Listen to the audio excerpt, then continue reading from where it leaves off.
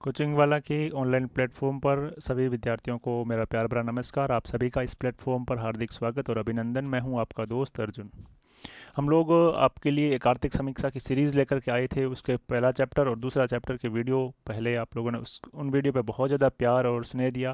अब आप आज से पढ़ेंगे आर्थिक समीक्षा 2021-22, उसका चैप्टर नंबर 3, उसका अध्याय 3।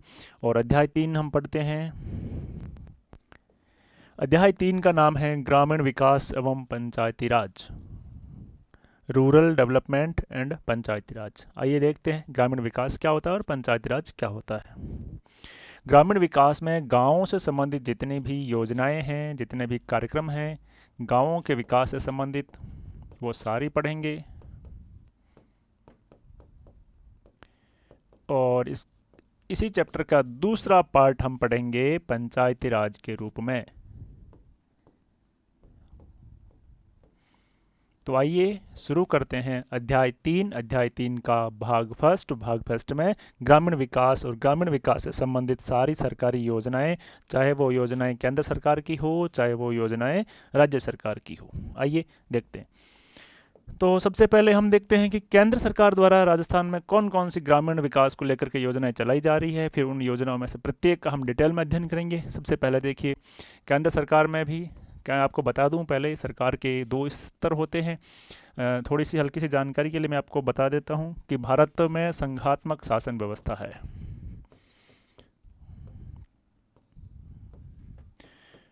और संघात्मक शासन व्यवस्था की पहला ही गुण है कि द्विस्तरीय सरकार होती है। एक सरकार आपकी केंद्र स्तर की होती है, एक सरकार आपकी राज्य स्तर की होती है। वर्तमान में केंद्र में जो सरकार है उसके मुखिया नरेंद्र मोदी जी है, और राज्य में जो सरकार है कांग्रेस पार्टी की, उसके मुख्यमंत्री है, और वो हमारे श्री अशोक जी गहलोत है।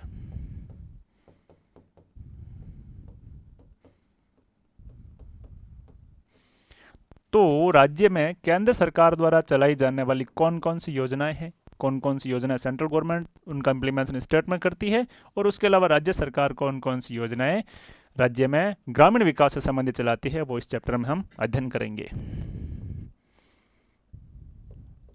तो आइए देखिए, केंद्र सरकार का जो एक मंत्रालय है ग्रामीण विकास मंत्रालय, उसके द्वारा कौन कौन सी योजनाएं चलेगी। आजीविका परियोजना चलेगी, नरेगा, आपने कई बार नाम सुना होगा नरेगा का, कि नरेगा क्या है। आज हम उसके बारे में डिटेल से अध्ययन करेंगे कि नरेगा में किस प्रकार के प्रावधान हैं। दूसरी योजना नरेगा, उसके बाद प्रधानमंत्री आवास योजना ग्रामीण। आवास योजना के 2 भाग है, शहरों में भी आवास योजना चल रही है, ग्रामीण विकास चूंकि हम चैप्टर पढ़ रहे हैं तो इसमें केवल प्रधानमंत्री आवास योजना ग्रामीण का ही हम अध्ययन करेंगे, क्या क्या प्रावधान है, कितने रुपए मिलते हैं। उसके बाद सांसद आदर्श ग्राम योजना क्या है, ये भी हम डिटेल से पढ़ेंगे। और जिला ग्रामीण विकास एजेंसी DRDA किस तरह से काम करता है। तो इन सब का इम्प्लीमेंटेशन है जो ग्रामीण विकास मंत्रालय भारत सरकार का करता है।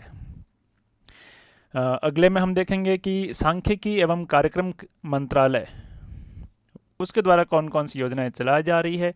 तो उसके द्वारा जो चलाई जा रही है उसका नाम है MP लेड, सांसद स्थानीय क्षेत्र विकास कार्यक्रम, MP member of parliament local area development. Parliament क्या होता है ये भी हम इसमें देखेंगे, और उसके मेंबर्स किस प्रकार से लोकल एरिया डेवलपमेंट के लिए काम करते हैं, ये योजना कैसे चालू होती है। तीसरी जो हम देखेंगे, इसमें गृह मंत्रालय भारत सरकार द्वारा कौन कौन सी योजनाएं संचालित है। तो बॉर्डर एरिया डेवलपमेंट प्रोग्राम, सीमा क्षेत्र विकास कार्यक्रम गृह मंत्रालय भारत सरकार द्वारा चलाया जा रहा है। तो एक बार आप इसका स्क्रीनशॉट ले लें कि केंद्र सरकार द्वारा कौन कौन सी योजनाएं चलाई जा रही है और उसके कौन कौन से मंत्रालय द्वारा कौन कौन सी योजना चलाई जा रही है। ये सब आपके आर्थिक समीक्षा में से लिए गए हैं, और आर्थिक समीक्षा में से सीधे सवाल बनते हैं। तो अपने पास नोटबुक और अपना पेन लेके बैठिए, आप शॉर्ट नोट्स बनाते रहिए। शॉर्ट नोट्स आपको मैं फिर से कह रहा हूँ रिवीजन में बहुत मदद करने वाले हैं, और जितना बार आप रिवीजन करेंगे आपके लिए उतना ही फ्रूटफुल रहने वाला है। आगे देखिए कि राज्य सरकार कौन कौन सी योजनाएं चलाती है। तो राज्य सरकार द्वारा चलाई जाने वाली योजनाएं ग्रामीण विकास से संबंधित कौन कौन सी है। तो जैसे केंद्र सरकार MP लेड चलाती है, उसी तरह से राज्य सरकार MLA लेड चलाती है। MLA को भी 1 साल में विकास के कार्यों को करने के लिए कुछ फंड मिलता है, वो हम इस योजना में डिटेल में देखेंगे। दूसरी जो योजना है मेवात क्षेत्रीय विकास कार्यक्रम, डांग क्षेत्रीय विकास कार्यक्रम, मगरा क्षेत्रीय विकास कार्यक्रम, और स्वविवेक जिला विकास योजना, इन सब के बारे में हम लोग डिटेल से पढ़ने वाले हैं। तो आइए देखते हैं कि इन योजनाओं का क्या उद्देश्य होता है, क्यों ये योजनाएं लागू की जाती है और किस प्रकार से ये योजनाएं चलती है। आइए मेरे साथ चलिए। देखिए, इन योजनाओं का मूल उद्देश्य क्या है कि जो भी ग्रामीण क्षेत्र में जितनी भी गरीबी है, उस गरीबी को न्यूनतम स्तर पर करना है, गरीबी को बहुत कम करना है। दूसरी जो इसकी प्रमुख उद्देश्य इसका है कि ग्रामीण क्षेत्र में आधारभूत सुविधाओं में वृद्धि करना। आधारभूत सुविधाएं यानी कि क्या? इंफ्रास्ट्रक्चर को बढ़ाना, कि किस तरह से रोड, शिक्षा, स्वास्थ्य, सड़क, बिजली, इन सब में किस तरह से वृद्धि करना और किस तरह से इनका विकास करना, वो सब आधारभूत संरचना कहलाता है। फिर मजदूरी आधारित रोजगार, लोगों को एम्प्लॉयमेंट देना, रोजगार देना और स्वरोजगार, उनके खुद के धंधे स्थापित करना, उसके अवसर बढ़ाना, यह सब इसके उद्देश्य है। ग्रामीण विकास में क्षेत्रीय असंतुलन को दूर करना, उसको कम करना। यानी कि क्षेत्रीय असंतुलन क्या होता है? किसी एक क्षेत्र में बहुत ज़्यादा विकास हो गया और दूसरे क्षेत्र में विकास बहुत कम हो रहा, जैसे जयपुर में विकास बहुत ज़्यादा हो गया, जैसलमेर में विकास बहुत कम है। तो इस प्रकार का जो क्षेत्रीय असंतुलन है विकास के नाम पर, उसको कम करना, ये इन योजनाओं का लक्ष्य है। इन योजनाओं का ये उद्देश्य है कि इन्होंने इस प्रकार से काम करना। आइए हम देखते हैं एक एक योजना के बारे में। थोड़ा सा उससे पहले हम एक संस्थान के बारे में देख लेते हैं कि राजीविका किस प्रकार की संस्थान है और राजीविका राज्य में किस प्रकार से काम करती है। तो देखिए, राजीविका ये एक संस्था है। राजस्थान ग्रामीण आजीविका विकास परिषद, देखिए इसकी स्थापना कब हुई? तो इसकी स्थापना हुई अक्टूबर 2010 में। बहुत अच्छे से याद कर लेना, यहाँ से बहुत सवाल बनने की संभावना है। सीधे सीधे सवाल आएंगे आपके। अक्टूबर 2010 में राजीविका की स्थापना की गई। तो भाई कब स्थापना की गई? अक्टूबर 2010 में। किसके द्वारा? राज्य सरकार के द्वारा, स्टेट गवर्नमेंट के द्वारा, ग्रामीण विकास विभाग के प्रशासनिक नियंत्रण में। तो राजीविका का प्रशासनिक नियंत्रण राजीविका पर किसका होता है? ग्रामीण विकास विभाग का। और ये अपने आप में एक स्वायत्त परिषद है, एक फ्रीडम संस्थान है, एक काउंसिल है। सबसे बड़ी बात कि इस काउंसिल का अध्यक्ष हमेशा कौन होता है? मुख्यमंत्री। जो मुख्यमंत्री होगा राजस्थान का, वो पदेन ही राजीविका का अध्यक्ष होगा। और उसके बाद इसकी एक और विशेषता कि यह परिषद सोसाइटी पंजीकरण अधिनियम, सोसाइटी रजिस्ट्रेशन एक्ट 1958 के तहत पंजीकृत है, रजिस्टर्ड है। तो आपको इसमें से सवाल बनने की बहुत संभावना है कि निम्नलिखित में से कौन सा एक कथन गलत है या गलत तथ्य छांटिए। पहला दे देंगे आपको कि यह इसकी स्थापना अक्टूबर 2010 में हुई। दूसरा दे देंगे ये एक स्वायत्त परिषद है। फिर तीसरा दे देंगे कि जो मुख्यमंत्री होता है उसके साथ साथ विपक्ष का नेता, या एक भी तथ्य आपको गलत दे देंगे और उसमें से आपको एक तथ्य छांटना है। कठिन से कठिन सवाल स्तर यहाँ तक बन सकता है। तो राजीविका किस प्रकार से ग्रामीण विकास में मदद करता है, देखते हैं। एक होता है स्वयं सहायता समूह, सेल्फ हेल्प ग्रुप्स, यानी कि कुछ लोग मिल करके आपस में ग्रुप बना लेते हैं और फिर ग्रुप के माध्यम से गतिविधियाँ और कार्य करते हैं और उसके माध्यम से लोगों को रोजगार मिलता है। तो उसको कंट्रोल करने वाली परिषद भी राजीविका परिषद भी होती है। तो देखिए राजीविका के बारे में, स्थापना अक्टूबर 2010, सोसाइटी पंजीकरण अधिनियम 1958 के तहत रजिस्टर्ड, अध्यक्ष मुख्यमंत्री और सेल्फ हेल्प ग्रुप के माध्यम से लोगों में रोजगार बढ़ाना है। आप इसका स्क्रीनशॉट ले लें। अब देखिए राजीविका के माध्यम से कौन कौन सी योजनाएं चलाई जा रही है, राजीविका कौन कौन सी योजनाओं का इम्प्लीमेंटेशन कर रहा है, उनके लिए नोडल एजेंसी या किस प्रकार से वो उनके लिए कार्य कर रहा है, तो उसके बारे में देखिए। राजीविका जिन योजनाओं को चलाता है उनमें केंद्र सरकार की 2 योजनाएं हैं। राष्ट्रीय ग्रामीण आजीविका mission, NRLM, national rural livelihood mission, इस मिशन को राजीविका चलाती है और ये मिशन केंद्र सरकार द्वारा इम्प्लीमेंटेड है। तो ये मिशन शुरू कब हुआ? 2011 में इस मिशन की शुरुआत की गई। भारत सरकार द्वारा वित्त पोषित है, पूरी तरह से भारत सरकार का पैसा इसमें लगा है। ग्रामीण विकास मंत्रालय द्वारा संचालित है। और नए रोजगार के सृजन करना, सेल्फ हेल्प ग्रुप को बढ़ावा देना, वो हमने पहले देखा राजीविका में, और ये योजना पूरे राज्य में लागू है। अभी यहाँ एक शब्द आया, बार बार एक शब्द आ रहा है, मंत्रालय, और एक होता है विभाग। मैं आपको थोड़ी सी इसके बारे में जानकारी दे दूं। मंत्रालय होता है वो केंद्र सरकार के स्तर का होता है और उसी के समकक्ष राज्य सरकार में जो भी कार्यरत होता है, उसके पैरेलल जो भी चलता है, उसे विभाग कहते हैं। जैसे ग्रामीण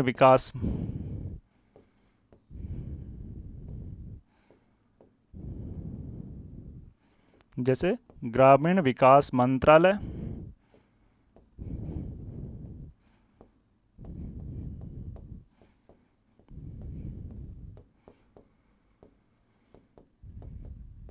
तो आप इसका सीधा सीधा मतलब समझेंगे कि ये भारत सरकार के स्तर की बात हो रही है। और यहाँ मैं लिख दूँ कि ग्रामीण विकास विभाग, तो आप समझेंगे कि ये राज्य सरकार के स्तर की एक एजेंसी है। तो देखिए, जो आजीविका के माध्यम से केंद्र की योजनाएं चल रही है, उनमें से पहली योजना राष्ट्रीय ग्रामीण आजीविका मिशन है, और दूसरी जो योजना है वो है राष्ट्रीय ग्रामीण आर्थिक रूपांतरण योजना, NRETP। अब इस योजना को शुरू कब किया गया? 2019-20 में। राज्य के 9 जिलों में के 36 ब्लॉक में इसका क्रियान्वयन है और विश्व बैंक द्वारा यह योजना वित्त पोषित है। दोनों में क्या अंतर है? पहले वाली योजना पूरे राज्य में लागू है, जबकि ये NRETP जो योजना है वो 9 जिलों के 36 ब्लॉक में ही लागू है। ये था आजीविका के द्वारा संचालित राज्य में केंद्र की 2 प्रमुख योजनाएं। याद रखना दोनों को नाम आपको, एक है NRLM और दूसरा है NRETP। इन दोनों योजना केंद्र की है, आजीविका के माध्यम से राज्य में ये संचालित की गई। अब राज्य में राज्य सरकार द्वारा जो आजीविका के माध्यम से है संचालित योजना वो है राजस्थान ग्रामीण आजीविका विकास कार्यक्रम, RRLP, Rajasthan rural livelihood development programme. ये राज्य के 18 जिलों में लागू है। ये भी विश्व बैंक के द्वारा आर्थिक सहायता प्राप्त है। साथ साथ में शॉर्ट नोट्स बनाते रहिए, लिखते रहिए। तो ये आजीविका के द्वारा केंद्र सरकार की योजनाएं और ये राज्य सरकार की योजनाएं। आगे बढ़ते हैं। जो ग्रामीण विकास की जो सबसे बड़ी योजना है, जिसे आप लोग नरेगा के नाम से जानते हैं, उसके बारे में हम डिटेल से पढ़ने वाले हैं कि नरेगा क्या है, नरेगा का पूरा नाम क्या है, कब यह मनरेगा बनेगा, किस तरह से एक्ट मनरेगा बना, किस तरह का एक्ट इसमें है, कितने दिनों का रोजगार है, कौन कौन पात्र है, कैसे कैसे काम होगा, क्या क्या इसकी फंडिंग होगी, सब चीज़ें एक एक करके इस वीडियो में पढ़ने वाले। सबसे पहले तो इसका देखिए नाम पे विचार कीजिएगा। इसका नाम है मनरेगा, MGNREGA। जब ये योजना लागू हुई तब इसका यह नाम नहीं था, तब इसका केवल नाम नरेगा था, NAREGA, नेशनल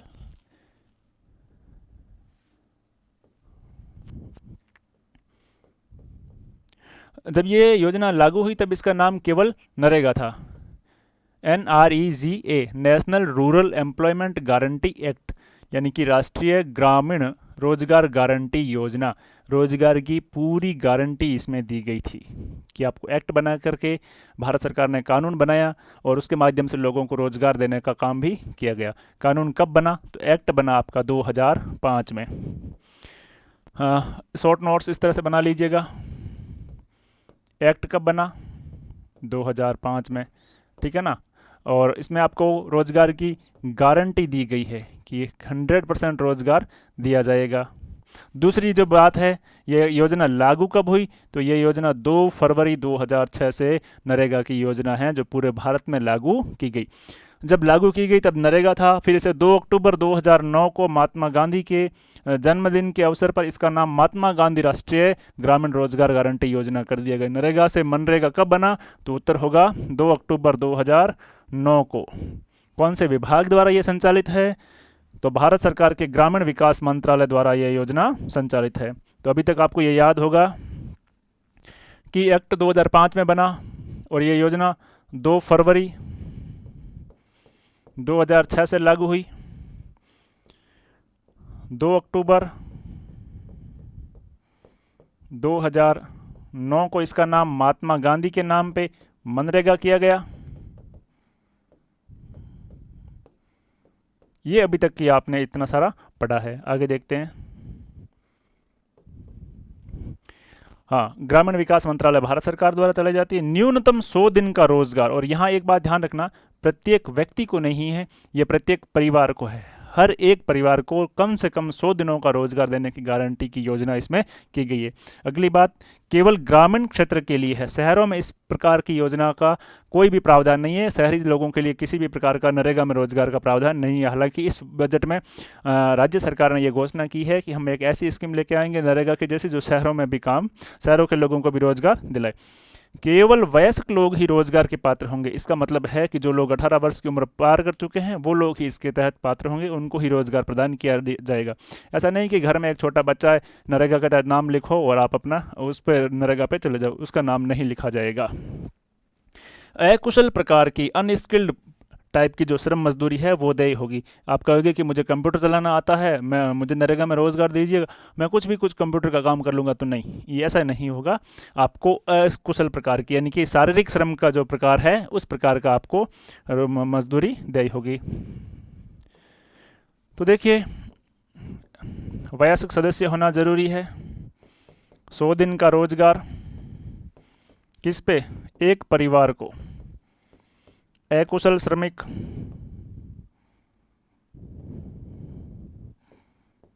अनस्किल्ड लेबर,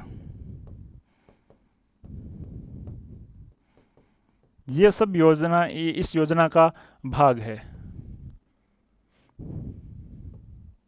आगे देखिए, उसके बाद आपको इस योजना में मशीनों का बिल्कुल प्रयोग नहीं होगा। जो भी काम होगा वो मैनुअल होगा, हाथ से किया जाने वाला काम होगा।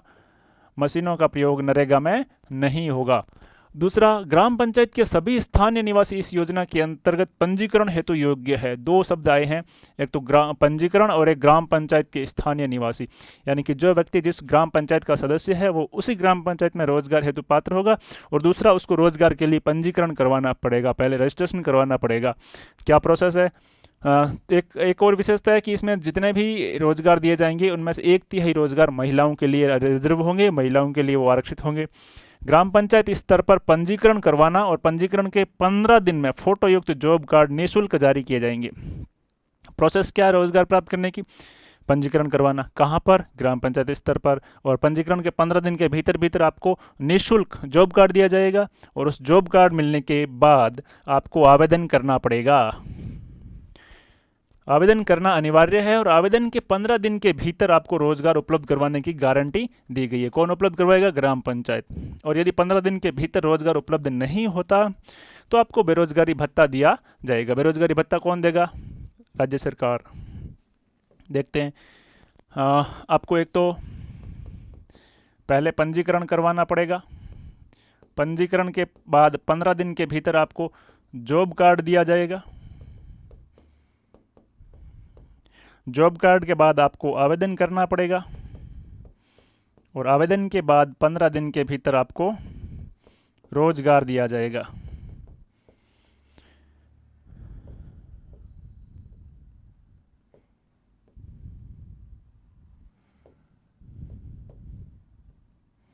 और यदि 15 दिन में रोजगार नहीं दिया जाता तो आपको बेरोजगारी भत्ता दिया जाएगा।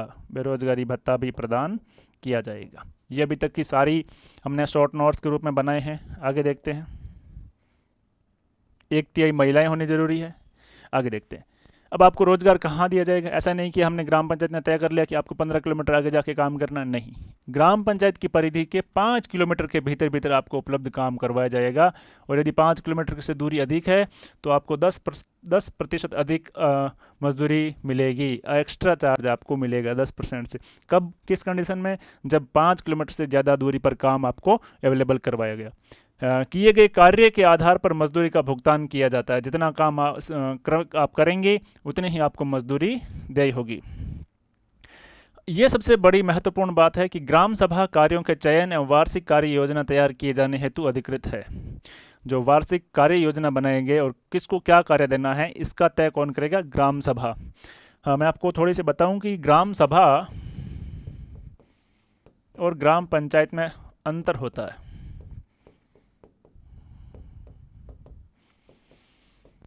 देखिए, ग्राम सभा वो होती है जिन लोगों का नाम वोटर लिस्ट में हो, यानी कि एक ग्राम के सभी वयस्क मतदाता पंजीकृत, उन सब का समूह क्या कहलाएगा? ग्राम सभा। और ग्राम पंचायत जो होगी उसमें देखो आप सरपंच होंगे, उप सरपंच होगा, ग्राम पंचायत वार्डों में बंटी होगी, उन सब के वार्ड पंच होंगे। तो ये सब मिलकर के ग्राम पंचायत है जो आपकी बनती है। गांव के लोग ये बनते हैं, लेकिन गांव के पंजीकृत मतदाता वोटर लिस्ट में जो नाम है वो सब मिलकर के अलग अलग ग्राम सभा का निर्माण करेंगे। तो देखिए, ग्राम सभा है जो कार्यों के चयन एवं वार्षिक कार्य योजना तैयार किए जाने हेतु अधिकृत है। फिर अगली बात, ठेकेदारों से और मशीनों से कोई भी प्रकार का काम नहीं हो सकता। ऐसे नहीं कि रोड बनानी है आपको और जेसीबी लगा करके समतलीकरण का कार्य करवा दिया, नहीं, मजदूरों से आपको काम करवाना पड़ेगा। सबसे बड़ी बात है जो सोशल ऑडिट होगी, इसकी सामाजिक अंकेक्षण होगी, कितना काम किया कितना काम नहीं किया, सबका रिकॉर्ड, सबके लेखा जोखा आपको ग्राम सभा के सामने रखना पड़ेगा और ग्राम सभा द्वारा इसका सामाजिक अंकेक्षण किया जाएगा। आपको पता ही है कि वास्तव में सामाजिक अंकेक्षण किस स्तर का होता है, लेकिन ये प्रावधान ज़रूर है। आप भी अपनी ग्राम पंचायत की नरेगा के तहत जितना भी काम हुआ है उसके सामाजिक अंकेक्षण की मांग कर सकते हैं। इसमें भी डीबीटी लागू है। डीबीटी जो योजना डायरेक्ट बेनिफिट ट्रांसफ़र, वो अब आपको क्या, इसका तात्पर्य है कि बैंक और डाकघरों के माध्यम से आपको जो सीधा सीधा है पेमेंट उसमें आएगा। कोई सी प्रकार की नगद आपको मजदूरी का भुगतान नहीं किया जाएगा। इससे भ्रष्टाचार कम होगा। जितने भी राशि आपकी बनी है मजदूरी की वो सीधे आपके बैंक खातों में आ जाएगी। और इसके जो वित्त पोषण है वो 90:10, 90% राशि है वो केंद्र सरकार वहन करेगी और 10% राशि है वो राज्य सरकार वहन करेगी। यह कैसे होता है? देखिए, कुल लागत का 60% आपको मजदूरी में दिखाना होता है या मजदूरी का ही मिलता है।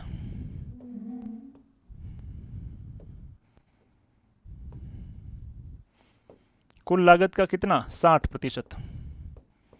और 40% आपको लागत दिखानी होती है, यानी कि पेड़ पौधे लगाए या कोई और काम किया तो उसकी कॉस्ट जो है वो 40% में आप उसका कर सकते हैं और 60% आपको जो है मजदूरी में दें। तो केंद्र सरकार 60% तो पूरा का पूरा केंद्र देती है सेंट्रल, और इस 40% का 75% यानी कि 30 रुपये है वो भी केंद्र सरकार वहन करेगी।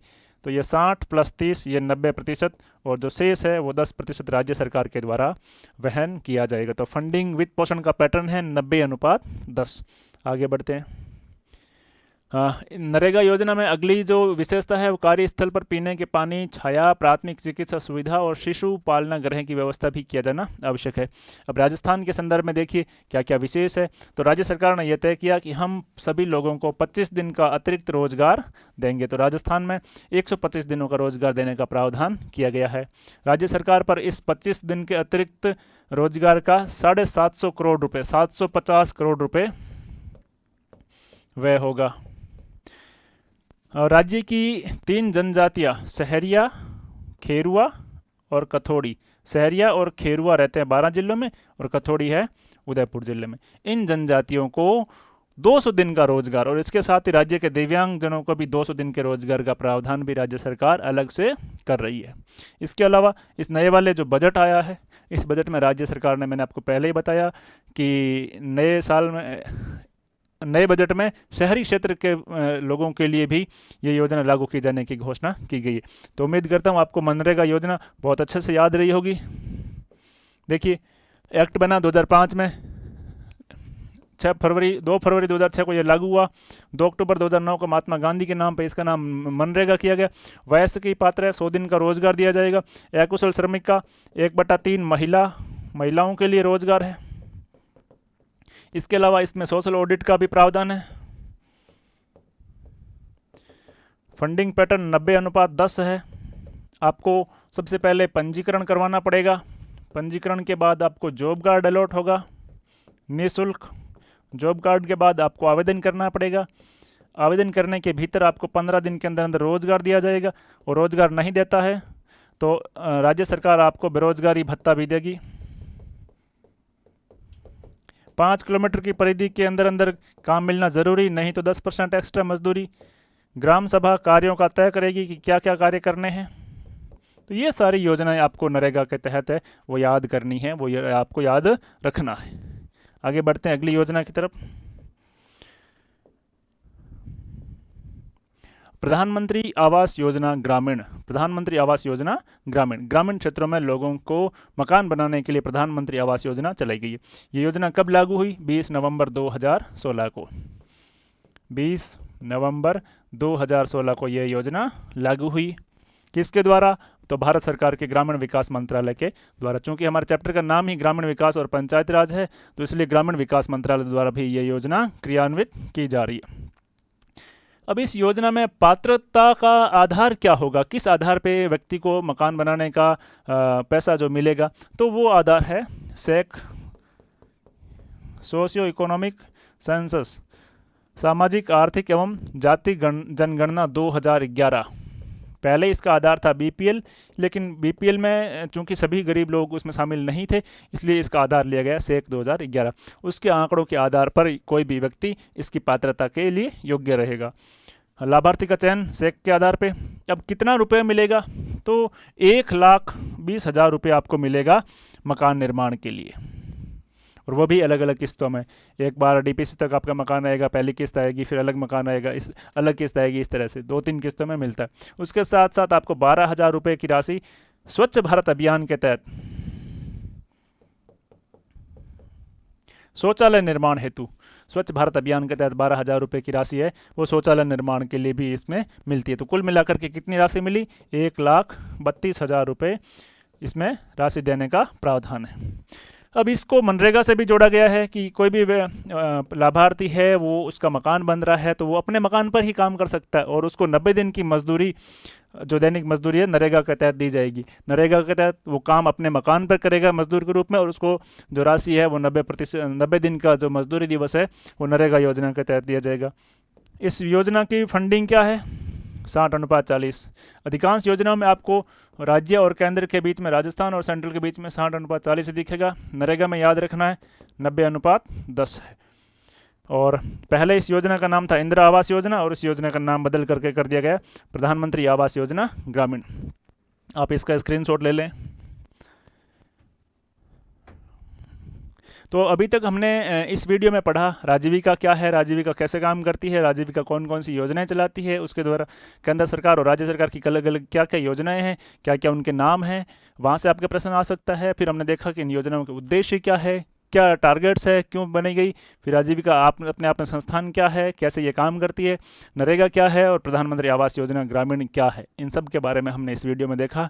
मैं आपके लिए अगला एक और वीडियो लेके आऊँगा जिसमें ग्रामीण विकास की और भी जो शेष बची योजनाएं हैं हम उनको पार्ट वाइज अध्ययन करेंगे। उम्मीद करता हूँ कि आपको यह वीडियो बहुत पसंद आएगा, और पसंद आएगा, और तो आप इस चैनल को लाइक, शेयर और सब्सक्राइब ज़रूर करें। धन्यवाद।